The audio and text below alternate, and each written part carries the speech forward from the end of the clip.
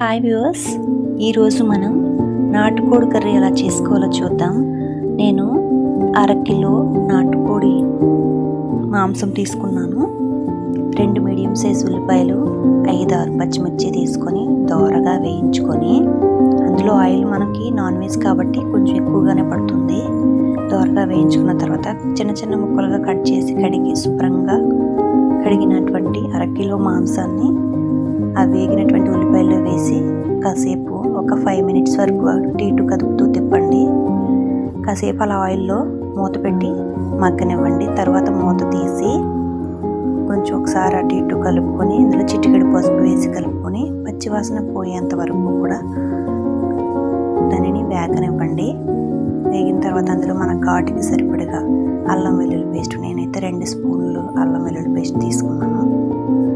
2 స్పూన్ల అల్లం వెల్లుల్లి పేస్ట్ తీసుకొని అందులో వేసుకోవాలండి.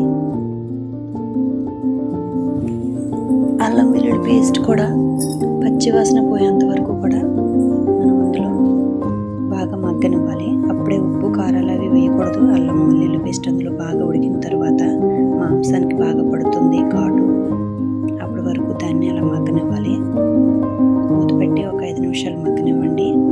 మగ్గిన తర్వాత మూత తీసి అందులో సరిపడా ఉప్పు, కళ్ళుప్పు అయితే రుచిగా ఉంటుంది. మన ఘాటుకి సరిపడినంత కారం, నేనైతే 4 స్పూన్లు వేసాను. బాగా కలుపుకోండి. అస్తమానం తిప్పుతున్నాను అనుకోవద్దు, అడుగున అంటేస్తుందండి. అందుకని నేను అలా తిప్పుతూ ఉన్నాను. అలా తిప్పుతూ ఉండడం వల్ల అడుగున అంటకుండా ఉంటుంది, మాడు వాసన అనేది రాకుండా ఉంటుంది. అందుకే తిప్పుతున్నాను. అలా నూనెలో ఉప్పు కారాలు వేసిన తర్వాత నూనెలో మగ్గనివ్వండి. ఆ ఉప్పు కారం ఆ మసాలా అంతా కూడా మాంసానికి పట్టి చాలా చక్కగా ఉంటుంది రుచి అనేది. తర్వాత అవి ముక్కలు ఉడకడానికి సరిపడనంత నీళ్ళు, నేను ఒక గ్లాసు వాటర్ పోసాను. అరకిలో మాంసానికి గ్లాసు వాటర్ పోసి అటు ఇటు ఒక 2 నిమిషాలు కదుపుకొని కుక్కర్ మూత పెట్టేసి కరెక్ట్గా 4 విజిల్స్ రానివ్వండి. తర్వాత మనం ఆవిరిపోయిన తర్వాత ఒకసారి మూత తీసి చూసుకోండి ఎన్ని నీళ్లు ఉన్నాయి అనేది.